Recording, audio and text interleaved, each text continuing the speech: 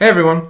So today I'll be starting off talking about round 4 of the Candidates Tournament and looking at a game between Nepomniachtchi and Alireza Firouzja. Probably said his name wrong. So the game started with e4, c5. Firouzja decided to go into a Sicilian. Knight f3, d6, and actually they didn't have any. I looked at ChessBase; they didn't really have any games played together with this opening. In a previous encounter, they had this, where they got this position. It was a Khan, and Nepo actually won as white with this game. This is in Moscow 2019. But yeah, they never really had this kind of game before. So knight f6. Knight c3, a6. Firouzja decides to go into a very interesting opening called the Najdorf. This opening requires a lot of prep. I'd sort of say, in terms of like prep and how much people like are aware of the ideas in this opening, it's almost like the Berlin for 1e4, e5. Nepo decided to go f3. I think this was a way to maybe trick Firouzja and step out of main lines. E5 happened, and the game went into an English attack, where black is basically trying to get in d5, and white is trying to create some sort of counterplay with g4, g5, maybe h4, rook g1. White usually castles queenside, and then attacks the black king. Black, on the other hand, again has to get in d5, or he could try to go for b5, a5, and start pushing these knights around and attack the castled king. So, queen d2. Now, I should mention, if g4 immediately, then d5 is a very strong move. This is very well known. The game could go like this, where this annoying move bishop h4 exists, basically exploiting the fact that white hasn't castled yet. So this takes away white's castling rights, and black just has a much better position here. So that is why people play queen d2 here instead of g4 immediately, so that the king can actually castle. Okay, so castles makes sense. This is all still mainline theory. And knight bd7, this is a pure mainline. There is an interesting move with a5. Where black tries to accelerate his attack on the queen side. Queen c7 has also been tried before, but instead Firouzja decides to just go straight into the main lines with knight bd7, and now white plays g4 here. The intention is pretty obvious: g5, maybe rook g1, and white is going to try and push these pawns and create some sort of attack on the king. So b5, black has to do it quickly as well. Otherwise, black is just going to be wiped off the board. So g5, b4, and now the knight goes back. If this is taken, then takes, and I think this is actually okay for black, because white has given up his c3 knight, which was covering d5 square, and that did give give away a bit of control for white. So this is actually pretty decent for black. After knight c6, queen d7, these are all very forcing moves. Rook c6, and black just doubles, and he has a good game. There's enough counterplay in the king, and black could eventually, maybe, go for d5. For example, king b1, and then d5. And black gets this thematic break-in.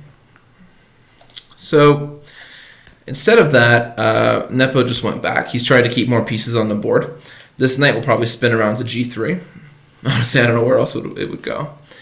Knight e8. Now, there's an interesting move here. Instead of knight e8, knight h5 is recommended by the computer. The computer doesn't actually even like knight e8. But the idea of knight e8 is that eventually when black plays a d5, the knight will come to d6 and try to pressure c4, maybe look at e4, so it won't be so clear. But for example, in this position, knight g3, and there's a very interesting line with a5, just giving away this knight and pushing white's knight on the king side. Basically, the idea here is that this knight is stranded, like forever. And this is the idea that black is playing on, is that eventually he can create some sort of attack on the white king. But this is actually crazy. So rook g1, king h8 to avoid knight f6, of course. That was a threat. For b3. And the game is just complete chaos from there. I mean, the rooks will come in, the queen will come in. It's just a very sharp game. This knight is actually a great defender, but it's crazy. And instead of that, if, of course, someone just wants to play normally and doesn't want to give away their knight, they can just play knight f4. This was seen in the game between Dominguez and MVL, where this is how this game went, where black started this attack on the queen's side, and white managed to actually build up a very nice defense here. At some point, though, if black can get in d5 and takes and maybe some sort of like crazy threats like that, then black would actually be completely crushing here. So that's how this game went, and I'm sure like Firouzja was probably well aware of these ideas because he was just blasting these moves very quickly. So f4, and now a5, and now f5. And here we come to another crossroad where the two main moves seen before were a4 and bishop takes b3. Firouzja here played bishop c4, which hasn't been played as often as the other two moves. I do want to show you how those moves can transpire and turn the game. So let's say a4, it's just leaving this bishop hanging and attacking this knight. This is a game between Boris Gelfand and Caruana back in, just let me check the year, 2013. It's a long time ago. The game went like this, where Gelfand actually won this game as black against Caruana. And this is a very complex position. We can see how the rook has entered the first file. These pawns are damaged. His king looks actually really weak. Black's king actually looks a bit safer here, to my eyes. But the one thing white has going for him is that he has this escape square on c2, and that this bishop can come back to c4 at some point to protect the king. So let's say knight c7. This is how the game went. And then queen a8. And this is just looking very dangerous for white. Where, and actually, Gelfand managed to win this game. He broke with d5, and then eventually invaded on the king side with knight f4, and he was able to just completely outplay Caruana in this game. But anyhow, that's how like a4 might go. So that was one of the moves he could have tried. Bishop takes b3 is also a move, but I don't think this is actually ideal for black in this case, because after this, the knight bounces around to c1, and if you take, then actually this pawn is a beautiful defender of the white king. There's no way black can break through here. At least it's not obvious. This knight is perfectly placed to jump around to b3 if it can, and white can just continue on the king side. So taking the knight is not ideal here. So I think Firouzja prepared this move bishop c4 for those two reasons. He didn't want to get into a sharp game with a4, and I don't think he wanted to take this knight. So I think bishop c4 makes sense. King b1.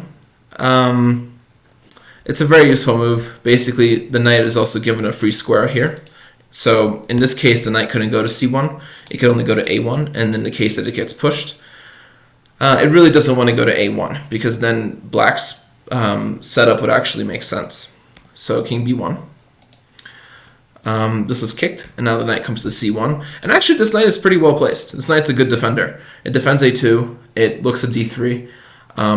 It's defending b3 as well. So actually, it's not that clear how black is going to break through here. Firouzja tried d5. This is a great move.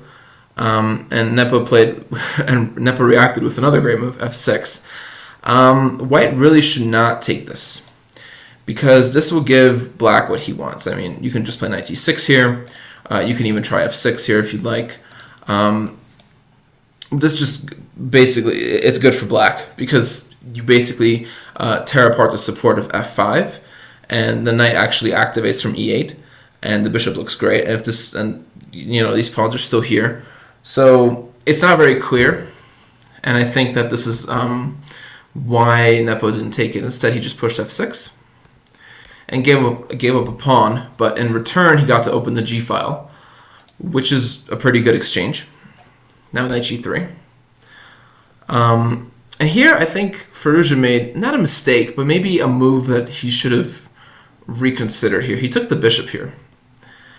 I think in a way he was like too afraid of having this bishop captured here, and that's why he decided to take this bishop and just remove it from the game. But the bishop on c4 is actually well placed. So let's say if he would have placed something like knight d6, if something like takes, then knight takes, and the knight's hitting the queen and the bishop. Black is actually doing really well here. He has d5, and these pawns are still a thing. He can remove this bishop from the game, and black should be, I'd argue, even a little bit better. So that's no good. Okay, what if bishop h6? Now, it looks like rook e8 is the move, but actually king h8, just giving up the exchange. And if this is taken, then black's bishop is actually a pretty good piece here. It looks strange, but it can reroute to g7, and white's dark squared bishop was actually a very useful attacker here, but because it was removed from the game, it reduces white's chances to attack black's king.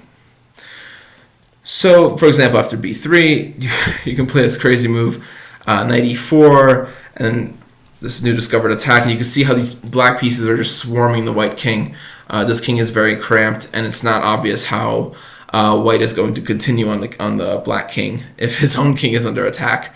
Something like this is very strong, d3, just to stop bishop d3 and knight d3. And black is actually winning this game. Rook c8 is coming. Maybe at some point the bishop can reroute this way, and this check will be devastating.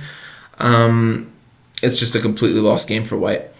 So that would have been an interesting continuation to see. But instead of that, Firouzja, again, he just took the bishop on f1. And this basically removed one of black's good pieces in exchange for white's average pieces. I think this bishop on f1 was actually not that great of a piece, but now white has this f file to work with. The knight can come to f5, and this rook is activated unnecessarily. So a3, b3. He just closes everything down. This pawn is actually a weakness, because this bishop is the only thing defending it. And if this pawn falls, then the a3 pawn will be liable to fall as well. So king h8, this move makes sense to me. Basically just stepping out of anything out from the g file, preparing rook g8 at some point. Just a very safe move. E takes, and now knight d6. And I was honestly scratching my head when I saw this. Like, this just looks like it gave a pawn. But I think the fear is that eventually this knight will come to f5. And suddenly, like, the bishop will come to h6, the queen will come in and join the attack, and looks like black's king is in trouble. So I think that's why he played knight d6 to prevent that from happening. But I think after queen takes b4, it's just a lost game, because once this pawn falls, this rook can't really move, because then this pawn falls, and there's really nothing that nothing that black can do. White can play c4 at some point and just lock down the center, and his king is actually really safe. If instead he plays something like queen c7, which is a computer variation, of course, this is not easy to see why this works. Rook f6, and now d6. It's also kind of scary for white, because you're allowing this bishop to enter on this diagonal. But it's actually good. It's actually fine for white. And now queen takes b4 anyways. But at least in this case, at least black has some sort of play against his d6 pawn. And maybe the rook can come in, maybe the bishop will jump back to g7, the knight will come into the game. It's not very clear. I still think white is actually a bit better here. But anyways, knight d6, it's a strange move. And queen takes b4, and I think even during the live stream, Nepo was just a bit confused why this happened. So if something like this were tried, then d6 is a great move. It just wins on the spot, because this knight will lose its defender. This knight can be captured. So for example, after takes, you can play bishop c5, and there's no way to actually stop this and this. There's no way to actually avoid these pins. it's just a completely lost. Like rook b8, you just take that pawn, and the pin still remains. There's nothing to be done here. If, for example, instead of knight de4, if something else like knight d7, then white can just play c4, and look at this amazing pawn chain. White is untouchable here. There's really nothing that black can do on the queen side. He has no pawn breaks here. He would have to like give up a piece to actually attack the white king. In the meantime, black's king is in some serious danger. The knight can still come to f5 at some point. It can come to h5. The bishop can come to h6. The queen can come to d2 or e1 and bounce back around to the king's side. So this is just completely lost for white. Sorry, not for white. For black. White's winning here. Rook c8. Bishop b6. Great move. Point being is that at some moment, queen c7 is a move, and that might actually be annoying. Bishop b6 just completely stops that. It puts it on a very bad square. If queen e8, then rook takes f6 and you lose material. So that's not good. So the only move he can play is actually queen d7, but now the queen cannot go to c6, it cannot go to c7, and there's no counterattack on the white king. So queen e1, this is a great move. Just rerouting the queen to this side of the board, maybe playing upwards and then bringing it over here, once the knight moves, of course. But the queen belongs here. It also pressures the e-pawn, so it's actually not clear what black's next move is. Rook b8 tries to complicate things, but knight c4, you don't panic, you just play d6, covers everything, and once his bishop moves back, bishop c3, again, this e-pawn is very weak. This pin is nothing because the king still has room. There's no danger because his bishop is on this diagonal, so white is just winning here. After queen e6, knight d3, again putting another piece just to pressure this pawn.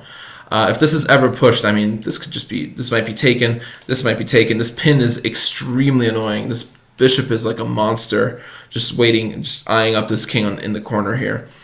Knight d5 was played. This runs into knight f4. And again, this pin, we can see it's like extremely annoying. This queen would have to move. So this knight was taken, and now f6. Queen e2. And again, I mean, this can't be taken, obviously, the pawn is pinned. But knight b2 was played. It doesn't change anything. This knight doesn't have to be taken. You don't have to open up lines. Like the a file, you don't have to open that up. The knight is actually kind of useless on the square. In a way, it's actually almost trapped. I mean, it has c4, but only because of this pin. But it's almost trapped. This queen can still, it still can't really do anything. If it moves back to d7, I'm pretty sure rook h4, just like it went in the game, queen h5, and then suddenly this attack begins. Knight f5 is going to happen. So rook e8 just to defend the queen, rook h4. And after f5, if you haven't seen the game, you can take a minute to figure out what to do here. White to play in checkmate. Okay, so rook takes h7. What a nice finish. Nepo also had an amazing finish against Dingleren in a similar fashion with bishop h3, but rook takes h7 is a great way to finish the game off as well. King takes, queen h5, and now knight takes f5. And there's really no way to stop rook g1. There's no way to stop this mate. The king is going to get completely shredded. Firouzja tried bishop f6 just to cover some squares. It doesn't really do anything. And I believe after rook g1, Firouzja resigned. Because after king f8, you could just simply play here, check, king f7, rook g7 takes, and this is made. So, what a game by Nepomniachtchi. What a game. I think Firouzja was intending on basically out-prepping Nepo in this opening. But I think Nepo was actually not phased at all, because maybe he has seen this before, and maybe he just knew what to do instinctually. He played this correctly all the way here, and just this idea with king b1, knight c1, very clever, just to let the knight actually live. And he didn't panic. He counteracted d5 with f6. This idea to give a pawn in exchange for an open g-file did create a lot of problems for black because his king was so exposed. And I mean, he just, like, this decision to take on f1 was a poor one. But even then, I mean, white still has a lot of cards in his hand. He still has knight f5, bishop h6, rook g1. It's not an easy position to play for black. So I think Firouzja was he came in with prep, but I think he wasn't ready to take on whatever Nepo had in store for him. So really great game. Thanks for watching. I'll see you in the next round. Bye.